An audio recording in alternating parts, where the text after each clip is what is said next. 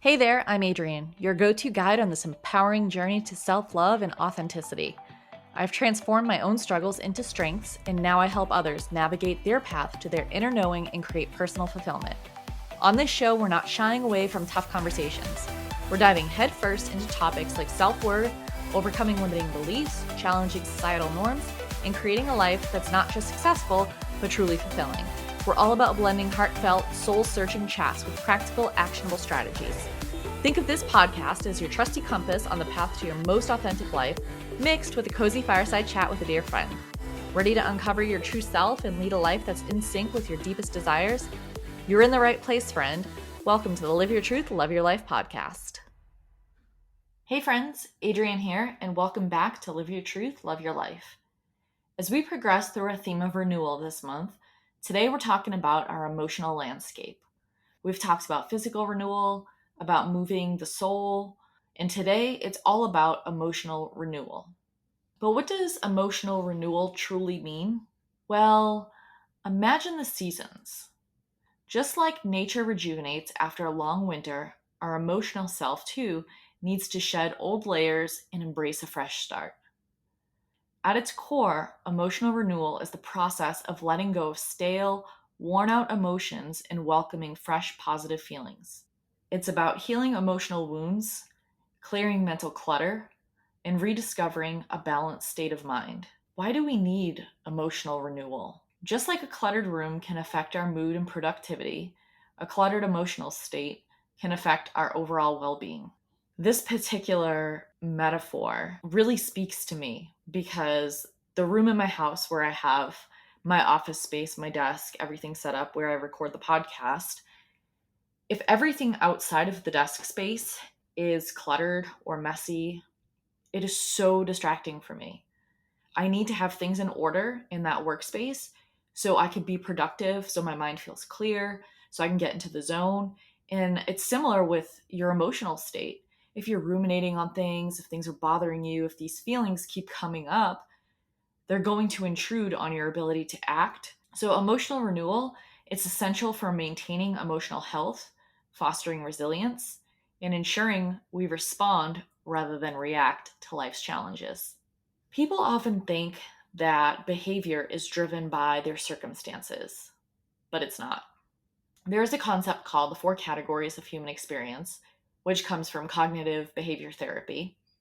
This is a really important tool in the coaching world, and it's something I learned and practiced in Martha Beck's Wayfinder Life Coach training. The four categories are circumstance, thoughts, feelings, and actions. The circumstances, or the facts, drive our thoughts. Our thoughts drive our feelings. Our feelings drive our actions. If you can't work through your feelings, those feelings will drive your action or your inaction. I'm going to repeat that one more time. Our circumstances or the facts of the situation drive our thoughts. Our thoughts drive our feelings. Our feelings drive our actions. So, how do we tap into this emotional renewal? Let me share some practices with you. Mindfulness and meditation, two things I've mentioned previously on this podcast. A dedicated mindfulness practice helps us become aware of our emotional patterns. Through meditation, we can create a space between the stimulus and the response, allowing for renewal. I want to pause for a second and just make a caveat. Sometimes people get hung up on the idea of meditation. They don't understand it, they don't think it's necessary. Maybe they've tried it once or twice and didn't notice much of a change. Meditation is a practice. It requires trying different things to see what resonates with you. It requires doing it more than once or twice. It requires regular integration into your day to really be able to see the shift. I was all over the place when I started meditating. Monkey mind is real, but it's not about shutting off your thoughts.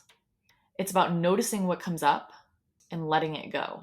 By noticing what comes up, you can really understand what's going on within. A practice of meditation is a practice in directing your attention. I'm passionate about meditation because it has truly helped me become more reflective and less reactive. I can take things in and internally reflect on them, and then I decide how I respond to it. That space of reflection allows a response versus a reaction. It's more intentional. Having the ability to respond rather than react has been a hard fought journey. It's been worth it though, because I don't want the whims and the circumstances of the outside world to swing my emotions like a pendulum. And I believe that regularly meditating has allowed me to develop the ability to respond rather than react. Another practice for emotional renewal is journaling. Again, it's one I've mentioned before, it's one I bring up frequently. Writing our emotions creates an outlet for suppressed feelings. It's like having a conversation with our inner self. Also, there has been research that has shown if you journal about your trauma, it actually lessens the hold of PTSD or actually prevents you from experiencing PTSD. Journaling can be so powerful for our mental health. It's not a magic bullet, but it is a practice that works and it helps. I've been journaling since I was in second grade. It hasn't always been every single day, but it has been most days. I love the practice of morning pages, which is putting everything onto the page first thing. This is a practice created by Julia Cameron, and her book, The Artist's Way, really explains it. But it's free writing for 3 full pages. By the time you get to that third page, you're done with the surface stuff, and you really get to the heart of the matter. I also like to journal in the evening, especially if something is weighing on me. I write it down and get it out. That actually helps me sleep better. I'll do a write and release journal session where I write everything down that I'm thinking and I'm feeling. And in the end, I rip it up into tiny pieces and throw it out. I let it go.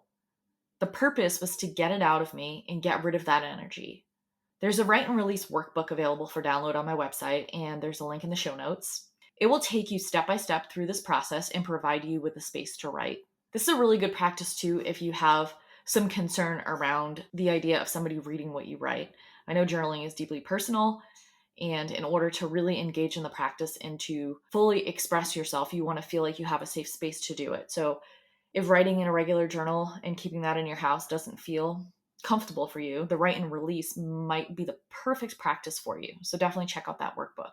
A third thing that you can do to create emotional renewal is art and creativity. By channeling our emotions into creativity, it provides a release and helps transform pain into something beautiful. It can also express loving feelings, positivity, brighten your day and somebody else's. Creating art creates inner peace.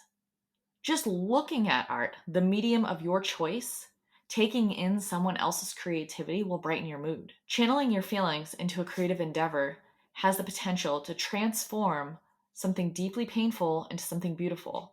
And I say that again because it's important. It can tremendously impact you and others, and it can change others. Your creativity, your art can change others, can brighten their day. They can see themselves in you, and that's powerful. A fourth thing I'm going to offer as far as emotional renewal is seeking therapy or coaching. So I've done both therapy and coaching. I've done different kinds of therapy and I've worked with different coaches.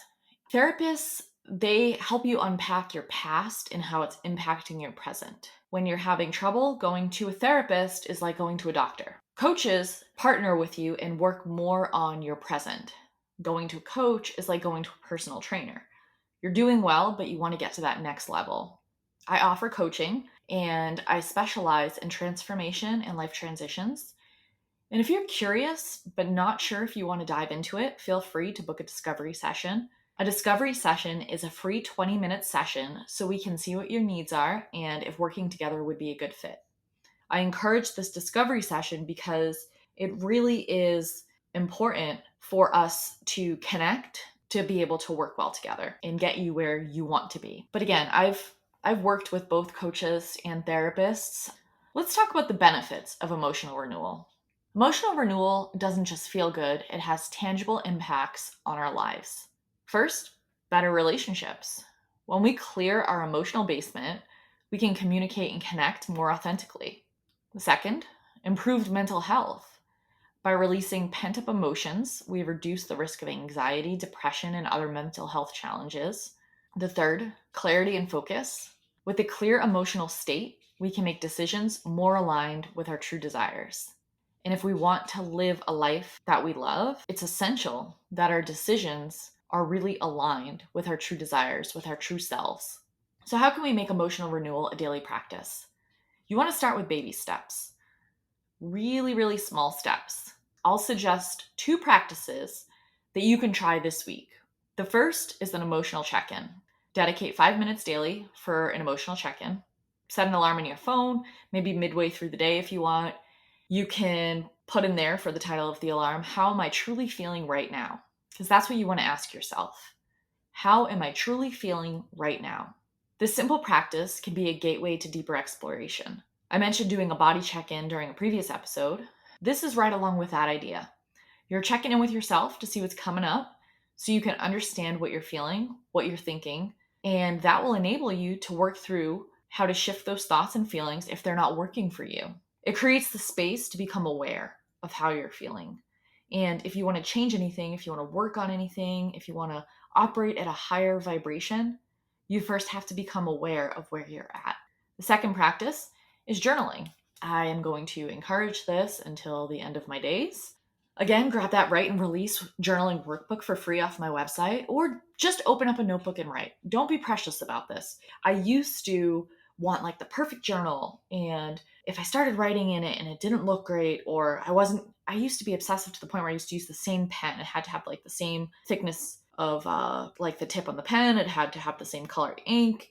Like I really wanted it to look uniform and perfect, and that doesn't help anything. That's not important. Grab any pen, any notebook, and just let the thoughts flow. Let everything that's on the inside out on the page. You will get to know yourself so much better if you do this. Try it out. Stick with it. Make a commitment to try it for at least 30 days. I'm going to start right now, and I'm going to go to the middle of next month, and I'm going to check in with myself and see how I'm feeling. See what it does for you. There's a reason I've kept up this practice since 2nd grade. It works. So I would love to hear from you all. If you want to share your experience with Renewal this month, or really anything else about this journey that we're on, living our truth, loving our lives, please comment or send me a message on social media. I would love to hear from you. I'd love to get the conversation going. Emotional renewal is a voyage, not a destination. I love travel, as you probably know, so I like voyage, journey, that kind of language. But anyways, any type of renewal, but especially emotional renewal, it's a continuous journey of self-awareness, healing, and growth. None of these techniques or ideas we're talking about are an instant fix, but rather it's about trying different practices that will help you figure out what works for you, which is essential for creating a life that you love. Until next time, have a fantastic week. That's it for today's episode, my friends. Thanks so much for joining me on the Live Your Truth, Love Your Life podcast. To get even more out of today's conversation, don't forget to swing by the show notes and download your freebie. Want to keep the conversation going? I'd love to hear what spoke to you most today. Head on over to my Instagram at Live Your Truth, Love Your Life and drop me a comment. I'm always excited to connect and learn more about you. Remember, the journey towards living your truth and loving your life is a rewarding one. New episodes are dropping each Monday and Thursday, and I can't wait for next time. Until then, have a fantastic week.